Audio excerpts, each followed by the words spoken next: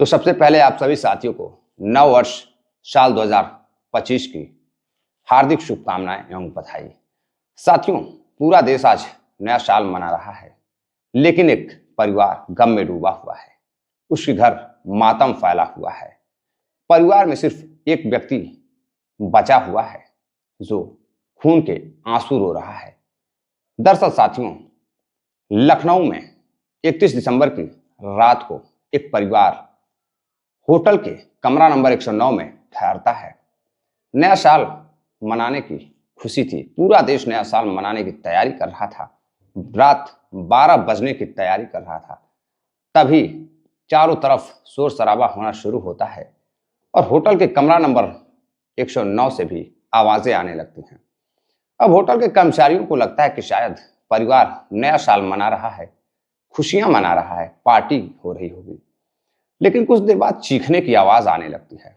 जैसे ही साथियों चीखने की आवाजें आती हैं, होटल का एक कर्मचारी दौड़कर जब कमरा नंबर 109 के पास जाता है तो वह देखता है कि होटल कमरा नंबर 109 से जोर जोर से आवाजें अंदर से आ रही हैं। किसी तरह वह दरवाजा खोलता है और जैसे ही अंदर जाता है तो देखता है कि एक नहीं, दो नहीं, तीन नहीं, चार नहीं, बल्कि पांच पांच लाशें कमरे के अंदर पड़ी हुई है। चारों तरफ खून फैला हुआ है। अब यह देखकर उसके चेहरे की हवाइयां उड़ जाती हैं। वह सन्न हो जाता है। उसके मुंह से आवाज नहीं आ रही थी। वह किसी तरह से भागता हुआ नीचे जाता है और अपने साथी कर्मचारियों को बताने की कोशिश करता है, लेकिन उसमें से एक कर्मचारी पूछता है कि भाई क्या बात हो गई, आखिर तुम कुछ बोल क्यों नहीं रहे हो। वह कुछ देर सांसें ले भरता है और ठहरता है। उसके बाद कहता है कि भाई, कमरा नंबर 109 में कत्ल हो गया है और वो भी बहुत भयानक। अब सभी दौड़कर जाते हैं तो कमरा नंबर 9 में देखते हैं कि चार चार पांच पांच लाशें पड़ी हुई हैं और खून चारों तरफ बह रहा है। अब यह देखकर सभी के रोंगटे खड़े हो जाते हैं। अब फौरन ही होटल के कर्मचारी फोन करते हैं पुलिस को। अब मौका वारदात पर पुलिस भी पहुंचती है होटल लखनऊ के कमरा नंबर 109 में। पुलिस के कर्मचारी पहुंचते हैं तो वहां देखते हैं कि एक नहीं, दो नहीं, बल्कि पांच पांच लाशें पड़ी हुई है। अब पुलिस फौरन ही बॉडी को हॉस्पिटल भेजती है, लेकिन उसमें से सभी मर चुके थे। डॉक्टर सभी को मृत घोषित कर देते हैं। अब पुलिस बॉडी को लेकर उनकी जांच पड़ताल करती है तो पता चलता है कि मरने वालों में एक अलसिया जो कि 19 साल की उम्र रहती है और एक अक्सा 16 साल की उम्र, एक रहमीन जो कि लड़की रहती है 18 साल उम्र रहती है, और एक आसमा और एक बुजुर्ग महिला उस होटल के कमरा नंबर 109 में पड़े हुए थे। और फौरन ही पुलिस एक व्यक्ति को गिरफ्तार कर लेती है जो उनका लड़का रहता है।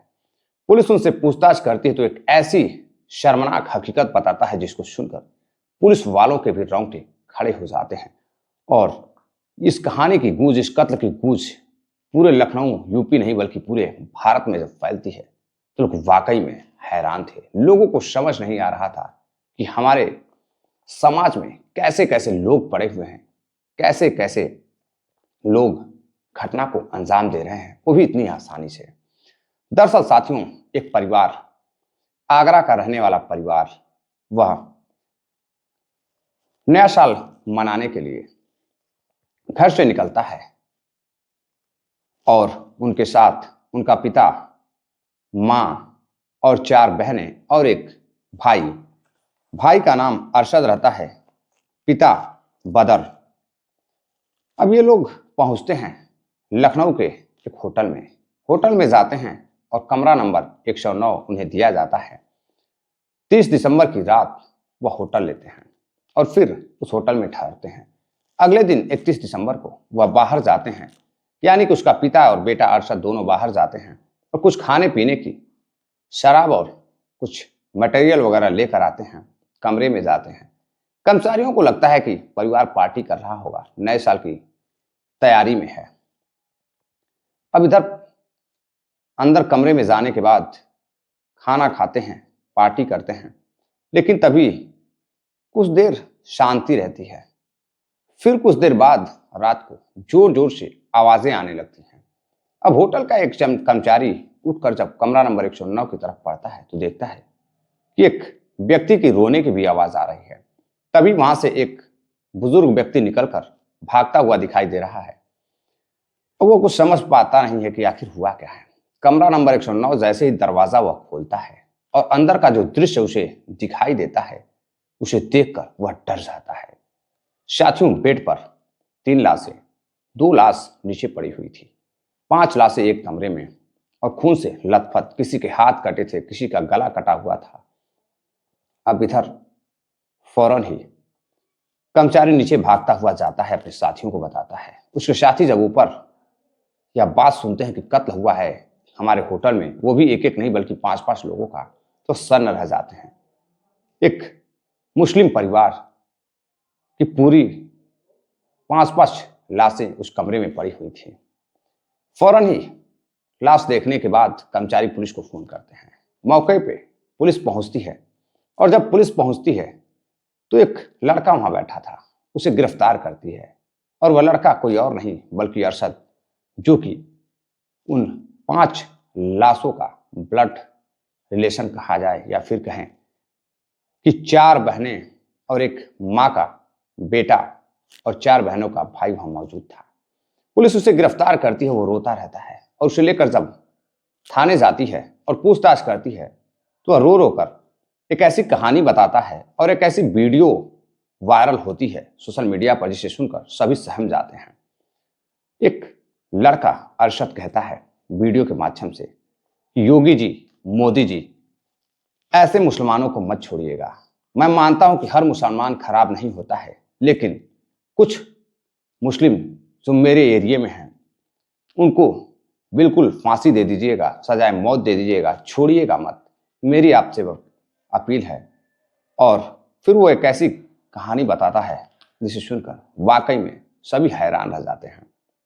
साथियों, आगरा में एक परिवार में 4 बहनें और एक माँ, एक भाई और एक पिता, हंसता खेलता परिवार रहता है। लेकिन धीरे धीरे समय बीतता गया। इधर जो लड़का अरशद रहता है उसकी शादी हो जाती है, यानी कि निकाह हो जाता है एक लड़की चांदनी के साथ। चांदनी के साथ कुछ दिनों तक वह बेहद खुश रहता है, लेकिन कुछ दिनों बाद उसका जो ससुर रहता है बदर, वो अपनी ही बहू को गंदी नजरों से देखने लगता है।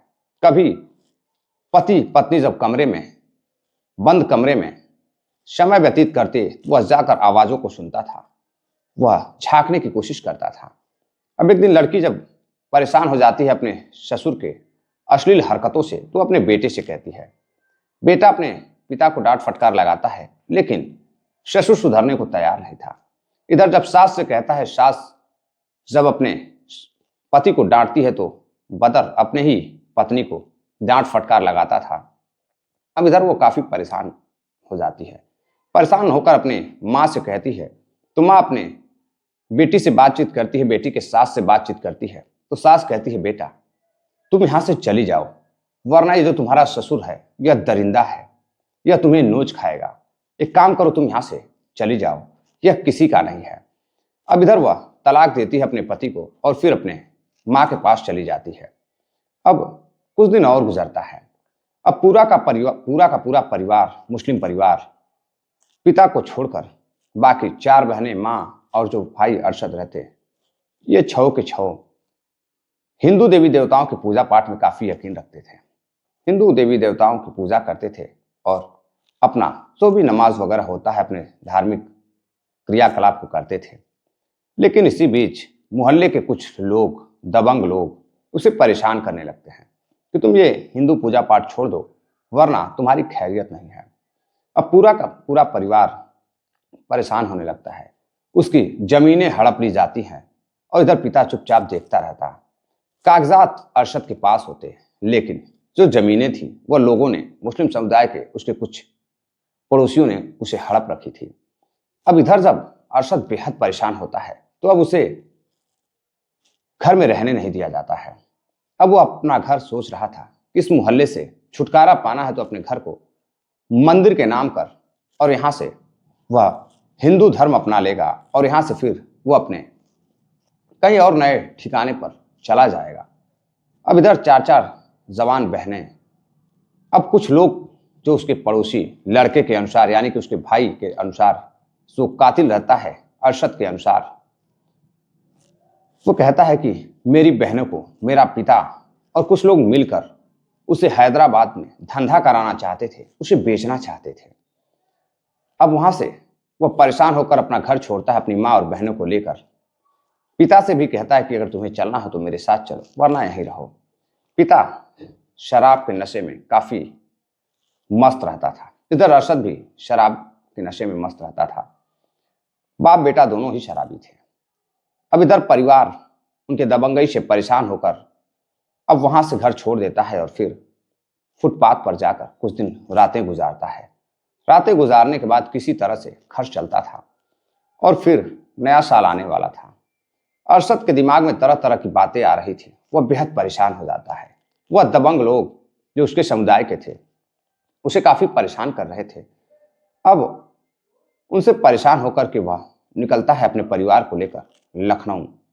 वह एक लखनऊ के नाका एरिया में एक होटल लेता है और होटल में जो कमरा मिलता है उसका नंबर रहता है 109, जो कि उसे पता नहीं था उसके हाथों क्या होने वाला है, वह क्या करने वाला है। और जो चार बहनें थी, जो माँ थी और जो पिता था, किसी को कुछ पता नहीं था। बहनें खुश थी, माँ खुश थी कि आज होटल में भर पेट खाना मिलेगा, यहाँ सोने की व्यवस्था है, काफी आनंद आएगा। उसके बाद हम नया साल मनाएंगे और फिर भाई कुछ न कुछ व्यवस्था करेगा जिससे हम जहां पर जाकर रह सकेंगे। अब इधर एक भाई एक वीडियो बनाता है।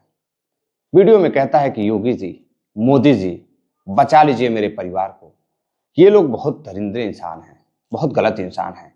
मेरे मोहल्ले के ही कॉलोनी के कुछ लोग, अजहर और भी उनके कुछ साथी हैं, उसमें 2 ड्राइवर हैं जो दबंग टाइप के हैं। मैं हिंदू देवी देवताओं में काफी भरोसा रखता हूं और मेरा परिवार हिंदू धर्म अपनाना चाहता है और ये जो लोग हैं यह उसके खिलाफ हैं। वह मेरी बहनों को धंधे में ढकेलना चाहते हैं और इसमें मेरा पिता भी शामिल है और वह चाहते हैं कि इसे हैदराबाद बेच दिया जाए। वह मेरी बहनों को हैदराबाद में बेचना चाहते थे, पूरा प्लान बना चुके थे। तभी मैं परेशान होकर जुर्म सहने के बाद मैंने अपने परिवार को लेकर कई रातें फुटपाथ पर गुजारी। घर को मैं मंदिर के हवाले करना चाहता था, मंदिर बनाना चाहता था, लेकिन वो लोग इसके खिलाफ थे। कागज मेरे पास है लेकिन पूरी जमीनें उन लोगों ने हड़प ली है। और फिर मैं अपनी बहन को बेचना नहीं चाहता था। किसी तरह से उनकी इज्जत को बचाकर माँ के साथ मैं कुछ रातें फुटपाथ पर आगरा में गुजारा और उसके बाद फिर लखनऊ में। और लखनऊ में वह अधिकारियों से मिलने ही वाला था, लेकिन इतना परेशान हो जाता है, इतना परेशान हो जाता है कि वह उसे कुछ समझ में नहीं आता है। और फिर 30 दिसंबर को लखनऊ में एक कमरा लेता है। उस कमरे में जाकर ठहरता है। पिता पुत्र बाहर जाते हैं, शराब वगैरह और कुछ चीजें खाने के लेकर आते हैं। करीब 9-10 बजे तक पूरा परिवार खाना खाता है। काफी शांति थी, परिवार काफी शांत ढंग का था, जैसा कि होटल के कर्मचारियों ने बताया। अब इधर साथियों खाना वगैरह खाने के बाद कुछ देर बाद आवाजें आने लगती हैं। सब आवाजें आती है, होटल का कर्मचारी जाता है, देखता है तो कमरे में 4-4, 5-5 लाशें पड़ी हुई हैं। किसी का नस कटा है, किसी का गला कटा है, किसी का हाथ कटा हुआ है, किसी के पेट में चाकू है और एक व्यक्ति वहां से भाग जाता है। अब पुलिस आती है, पुलिस बॉडी को हॉस्पिटल भेजती है, डॉक्टर के इलाज के बाद पोस्टमार्टम में भेज दिया जाता है और फिर उसके लड़के को गिरफ्तार कर लिया जाता है। तो लड़का बताता है कि उसका पिता काफी अय्याश किस्म का इंसान था। वो नहीं चाहता था कि हम हिंदू धर्म को अपनाएं और मेरा पूरा मोहल्ला प्रताड़ित करता था। इस वजह से मैं परेशान होकर कई रातें फुटपाथ पर भी गुजारी। अब बर्दाश्त नहीं हो रहा था, इसलिए मैंने अपनी चारों बहनों को मौत के घाट उतार दिया और अपनी मां को भी मार डाला। अब यह खबर जब पहुंचती है उसकी तलाकशुदा पत्नी के घर, तो उसकी पत्नी और उसकी जो मां रहती है, चांदनी की मां, उन्होंने अब ससुर की सारी हकीकत मीडिया के सामने बयां करना शुरू किया। अब उसे गिरफ्तार कर लिया जाता है। गिरफ्तार कर अपनी ही बहनों और मां के कत्ल के जुर्म में जेल भेज दिया जाता है। फिलहाल पुलिस और भी रिमांड पर लेकर पूछताछ कर रही है कि कहीं इस कत्ल के पीछे कहीं कोई और वजह तो नहीं है। फिलहाल पारिवारिक वजह सामने निकल कर आ रही हैं और जो पड़ोसियों की वजह है वह कातिल बेटा, कातिल भाई, जिसने अपनी 4 बहनों को मौत के घाट उतार दिया, अपनी मां को मौत के घाट उतार दिया, उसकी जुबानी तो वह वीडियो में कहता है, यह पूरी कहानी नजर आती है।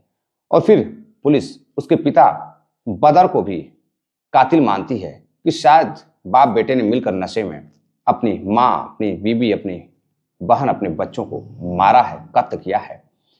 और बदर की भी पुलिस छानबीन कर रही है, खोजबीन कर रही है, छापेमारी कर रही है, लेकिन फिलहाल वो अभी फरार चल रहा है। तो साथियों, ये थी एक बेहद ही खौफनाक कहानी।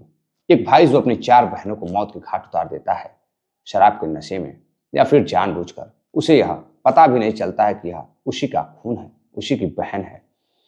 सगी बहनें, 4-4 बहनें, और फिर एक मां जिसने उस बेटे को जन्म दिया था।